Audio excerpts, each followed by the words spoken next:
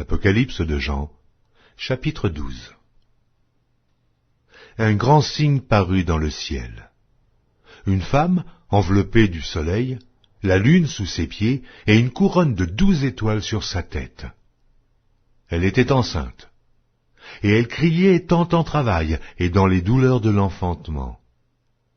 Un autre signe parut encore dans le ciel, et voici, c'était un grand dragon rouge, ayant 7 têtes et 10 cornes, et sur ses têtes, 7 diadèmes.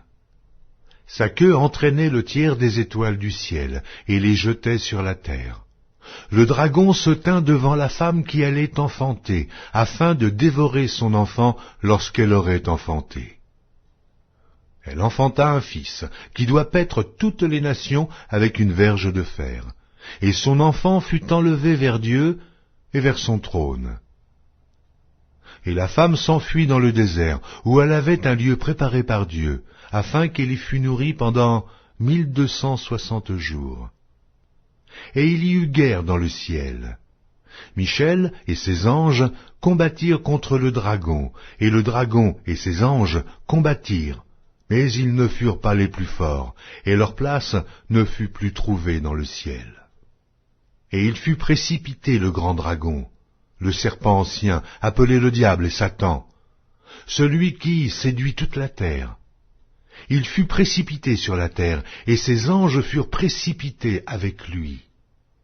Et j'entendis dans le ciel une voix forte qui disait, « Maintenant le salut est arrivé, et la puissance, et le règne de notre Dieu, et l'autorité de son Christ, car il a été précipité l'accusateur de nos frères, celui qui les accusait devant notre Dieu jour et nuit.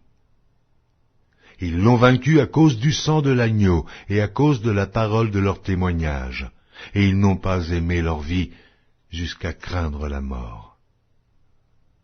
C'est pourquoi réjouissez-vous, cieux, et vous qui habitez dans les cieux.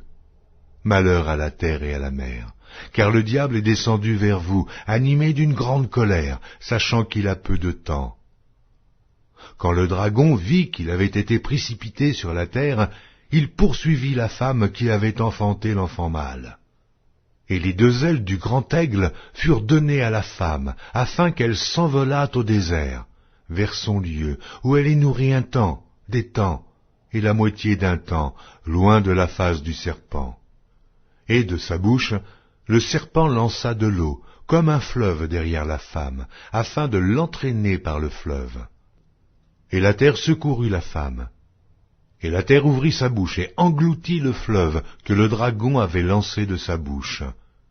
Et le dragon fut irrité contre la femme, et il s'en alla faire la guerre au reste de sa postérité, à ceux qui gardent les commandements de Dieu et qui ont le témoignage de Jésus.